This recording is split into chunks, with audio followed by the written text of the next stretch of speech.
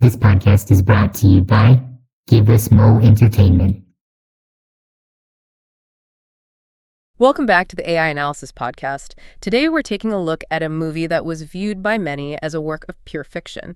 Now, it is fiction, but there are many aspects that were historically factual. That movie is, of course, the 2003 epic, The Last Samurai. We've pulled together quite a collection of sources, history articles, accounts of rebellions in 19th century Japan, and cinematic reviews, too, to kind of figure out where Hollywood drew the line between, spectacle and history. Right. Our mission today is really to peel back the layers of that beautiful, very romantic narrative, the stunning visuals, Ken Watanabe's amazing performance, and get to the heart of what was actually happening in Japan back then. We're looking at the Meiji Restoration, which honestly might be the fastest national transformation ever. And I think the reason it hits so hard, the real hook here, is this almost unbelievable fact. Japan crammed about 300 years of Western tech and political change into, just 2 decades? Just about, yeah. It was dizzying. And that kind of leap, it basically meant tearing down and rebuilding the entire foundation of their society, which made the samurai, the ancient warrior class, obsolete. That conflict, that tension, that's the real history the film taps into. Absolutely. And to really feel the impact of that change, you got to understand what came before. We need to rewind way back to 1603 when the Tokugawa shogunate came to power. For over 2 centuries, Japan was under this policy called Sakoku.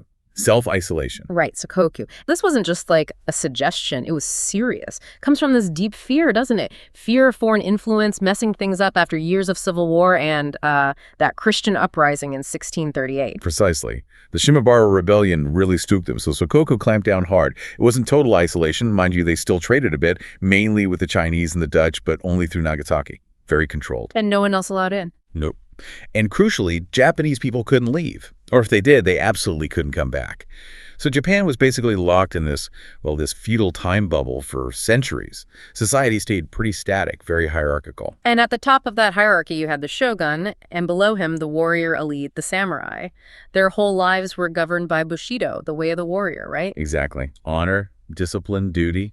They were the military, the police, the administrators. Yeah. They kept the peace for those 200-plus years. So Japan effectively missed, everything. The Renaissance, the Enlightenment, the Industrial Revolution. Yeah, they were completely insulated. Yeah. Until, bang, July 1853. Commodore Matthew Perry.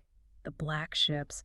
I love the comparison in the sources, like alien spaceships suddenly appearing over Washington, D.C. That's the level of shock we're talking about. It really was. These huge steam-powered warships just sailing into Edo Bay. Yeah. It was unthinkable. And Perry wasn't there for a friendly chat. He delivered an ultimatum. Open up for trade or else. Pretty much. He came back in 1854 with even more ships, and the shogunate basically had no choice but to sign the Convention of Kanagawa. That was the end of Sakoku. Officially. And the Japanese leadership, they saw the writing on the wall, didn't they? They knew they couldn't fight this technologically superior force. Right. They were staring down the barrel of colonization like what was happening in China. So they had this horrible choice: get carved up by the West or modernize. Immediately. Painfully fast. They chose modernization, but the speed? Yeah. It's hard to even grasp. The political fallout was huge. It led directly to the fall of the shogunate and the start of the Meiji Restoration in 1868. The new imperial government basically declared, okay, we're catching up now. They hired thousands of foreign experts, engineers, doctors, military advisors. Oyatoya Gaikokujin, they called them. And it wasn't just the army, it was everything, right? Railroads, telegraphs, factories, universities, a whole new government structure. A centralized bureaucracy, a constitution. Things that took Europe centuries and multiple revolutions to develop, they crammed into about 20 years. It's an incredible story of national will. But that speed, it must have caused enormous friction internally, which is right where the movie picks up, around 1876. Exactly. The breaking point. Because the samurai, who had been the elite for centuries, suddenly found themselves, redundant. Yeah. Your whole life is swords and bows. How do you fit into a world of telegraphs and trains? And hit their wallets too, didn't it? The stipends they lived on. Yeah, the rice stipends from their lords or the shogun.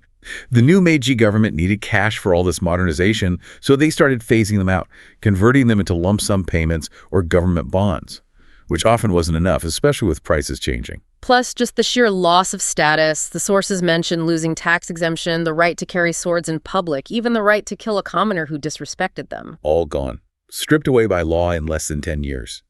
Imagine your entire identity, your legal standing, your financial security, Yeah. just evaporating. You can see why there was tension. A lot of traditionalists felt the government was just throwing away Japan's soul for Western tech. They saw the new officials as, corrupt sellouts. Absolutely. And that deep resentment, that feeling of betrayal, that's what fuels the final rebellion we see in the film. Okay, so let's bridge over into the movie itself.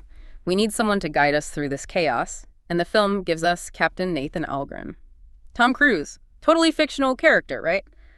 But he serves a purpose. Oh, absolutely. He's the audience's way in, especially for Western viewers. What? Now, he's very loosely based on a couple of real figures, like Jules Brunet, a French captain who actually fought with the shogun's forces against the Meiji Restoration earlier on. But Algren's backstory, his whole character arc, that's crafted for the film's themes. Right, the whole PTSD thing, the guilt from fighting Native Americans in the U.S., the film really leans into that parallel, doesn't it? He fought one ancient people standing in the way of progress. Now he's hired to train an army to wipe out another. Exactly. That parallel is key. It lets Algren, this disillusioned soldier from an imperial power, see the samurai not just as rebels, but as embodying a kind of honor and simplicity he's lost. When he's captured and lives with them, he sees their discipline, their code, and it resonates with him. So he becomes our sympathetic lens. We see the old ways through his eyes. We feel the tragedy of their passing, even while understanding historically why Japan had to change. Precisely. And the focus of that old way is Lord Katsumoto, Ken Watanabe, who was fantastic. Now, Katsumoto is heavily based on a real historical figure, Saigō Takamori, the leader of the Satsuma Rebellion in 1877. But the film tweaks him quite a bit, doesn't it? It paints Katsumoto as this pure warrior, fighting only for the emperor's honor against corrupt modernizers like Omura. Very romanticized. It simplifies things dramatically. The real Saigō Takamori, Yeah. he was much more complicated. Far from being some old traditionalist who just hated anything new, Saigo was actually one of the key figures in the Meiji Restoration. Wait, really? He helped overthrow the shogun? Absolutely. He was instrumental in forming the alliances that brought the emperor back to power. And he even supported modernizing the army initially. He wasn't against modernization itself. So why rebel? What turned him against the very government he helped create? It seems to have been about the pace and the nature of the changes, especially how the samurai class was being dismantled, their stipends cut, and also disagreements over foreign policy. He actually wanted to invade Korea. The second round debate, partly maybe to give restless samurai something to do. When the government rejected that to focus domestically, he resigned in protest in 1873. Okay, so it's less pure tradition versus evil modernity and more. A complex political fallout.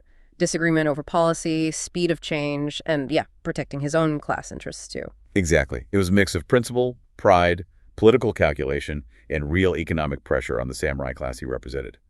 The film boils all that down to a fight for the emperor's soul. And Saigo, the real Saigo, was a pragmatist. He used modern weapons in his rebellion. Which we'll get back to because that's a key point the movie fudges. And it's important to remember this was Japanese versus Japanese, right? Many imperial leaders were former samurai themselves. A crucial point.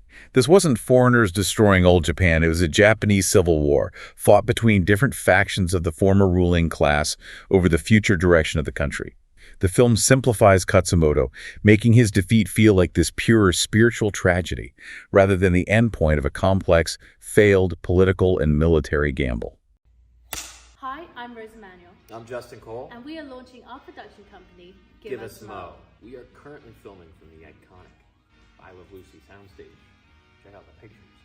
And maybe we can call this soundstage one of the homes for our productions, We currently have 3 shows that we want to put through production. one of which is called It Only Happens with Rose, and it's actually a love letter to I Love Lucy and situational comedy. Members Only is a workplace comedy similar to The Office or Parks and Recreation that is set in a ritzy, rich country club.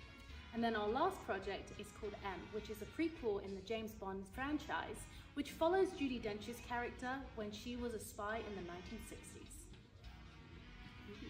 These productions are unfortunately, but understandably not cheap.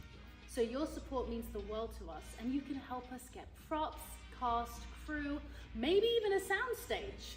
Your contributions and your shares help tremendously. We appreciate everything you guys do for us and have done for us in the past. Absolutely. And we have some cool perks for you to check out as well. If you believe in us, we can make our dream into a reality. Be sure to visit giveusmoentertainment.com for more information. Let's create some momentum. That was so cheesy, I love it. Make sure to follow along on our journey. Thanks. A bunch. Cheers. And that's a wrap. Welcome back. So, okay, the movie definitely takes liberties with historical figures and motivations. But you can't deny its power. It made a huge impact, grossed nearly $500 million. It clearly got something right. Oh, absolutely. What it nailed, I think, was the emotional core of that transition, the central theme. This incredibly skilled, traditional warrior class, defined by the sword, suddenly facing mass-produced industrial weapons and being utterly overwhelmed. Yeah, the visual of samurai charging machine guns, it's brutal, but it captures that perfectly. It's the perfect metaphor, as the sources say, for the end of one era and the beginning of another. And the film really leans into the Bushido aspect, that choice to die with honor rather than live without purpose. And that idea, that sacrifice, actually resonated deeply in Japan itself, didn't it? To the point where Saigō Takamori, the rebel leader, was eventually pardoned. He was posthumously pardoned by Emperor Meiji and became a kind of tragic national hero. It sounds strange, pardoning the guy who just led a massive rebellion against your government, but it served a purpose. Which was? National unity and finding a moral compass for the new Japan. The Meiji government needed an ideology for its modern state and military, something uniquely Japanese. So they did something clever. They discarded the samurai as a class, but they revived and romanticized the spirit of Bushido. Duty, loyalty, self-sacrifice. Exactly. Those ideals became the bedrock of Japanese nationalism and military culture right up into the 20th century. It's ironic they used the code of the warriors they defeated to fuel their modern project. Wow, that's quite the historical twist. Okay, shifting gears to the filmmaking itself. The production values were pretty high, weren't they? Top-notch. Tom Cruise trained for almost 2 years, swordplay, Japanese language, cultural stuff. Really committed to the role. And visually, it's stunning, the landscapes. Beautifully shot. Captured that sense of place, the dignity of the setting. They filmed in New Zealand, Mount Taranaki, standing in for Fuji, but also used real historical sites in Japan, like Nijo Castle in Kyoto for some scenes. Really evoked the era. And Ken Watanabe, we have to mention him again. His performance as Katsumoto is consistently praised. Poignant. Those words come up a lot. He brought this incredible weight and soulfulness to the role. Definitely deserved that Oscar nomination. Many felt he stole the show. Agreed. And maybe the most accurate part, cinematically at least, was the final battle. It mirrors the real end of the Satsuma Rebellion pretty closely, doesn't it? It does, in its structure. The Battle of Shiroyama, September 1877. Saigo and his remaining followers were cornered on this small hill, Shiroyama, overlooking Kagoshima. The imperial army surrounded them. And the odds were just impossible. Completely overwhelming. Something like 30,000 imperial troops against maybe 500 samurai rebels. That's 60-1. And the Imperials weren't just relying on numbers. They brought modern artillery, Krupp guns, even had warships shelling the hill from the coast. They built trenches, fortifications. It was a modern siege. Not a noble duel. Not at all. It was systematic annihilation using superior firepower. Saigo died in the final assault. Sources differ on whether it was a bullet wound or ritual suicide, seppuku, followed by a retainer beheading him to preserve his honor. The rest charged downhill into machine gun fire. Just like in the movie. Exactly. The film captures the scale, the inevitability, and the sheer tragedy of that final stand really well, even if it gets other things wrong. Okay, so let's pivot to those other things, the big inaccuracies. What stands out most for historians? Probably the whole samurai refused to use guns because it's dishonorable idea. The film pushes that hard with Katsumoto. And that's just wrong. Completely wrong. And kind of illogical if you know Japanese history. Samurai had been using guns, arquebuses, matchlocks, imported from the Portuguese since the 1500s. Guns were decisive in battles for centuries. Saigō Takamori, the real guy, absolutely armed his rebels with rifles and cannons. So the final charge with swords wasn't a choice based on honor. It was a choice based on desperation. They ran out of ammo. Their supply lines were cut during the long siege. Falling back on swords was the absolute last resort, not some philosophical statement against firearms. That's pure Hollywood romanticism. Got it. And we already touched on the simplification of Katsumoto's or other Saigo's motives. It wasn't just pure principle. No. While tradition and honor were part of it, a huge driver was protecting their class status, their economic privileges, their stipends, their tax exemptions, their social power. That was all under direct threat from the Meiji reforms. It was about survival for their specific group. And plenty of other samurai did adapt, right? They joined the new government, the military. Exactly. Many found places in the new bureaucracy, military officer corps, even in commerce. The rebellion wasn't all samurai against the new world. It was a specific, disgruntled faction making a last stand. Another point the movie seems to distort is the Imperial Army itself. That scene in the fog where they just panic and run. Yeah, historians tend to cringe at that. It's described as painfully inaccurate. Firstly, the Imperial Army wasn't green. They'd fought and won the Boshin War just a few years earlier, overthrowing the shogun. They had experience. And they weren't just former samurai anymore, were they? No, that's key. The 1873 Conscription Act brought in men from all classes, farmers, commoners. Every male had to serve for 3 years upon turning 21. It was a modern conscript army trained by Western advisors. They proved decisively that you didn't need to be born a samurai to be an effective soldier in the modern era. So the film makes them look incompetent to, make the samurai seem more formidable, make Algren look better as a trainer? Pretty much. It serves the narrative. But the historical reality is that the Imperial Army was disciplined, well-equipped, and ultimately victorious in every major battle of the Satsuma Rebellion. Their success proved the age of the sword was truly over.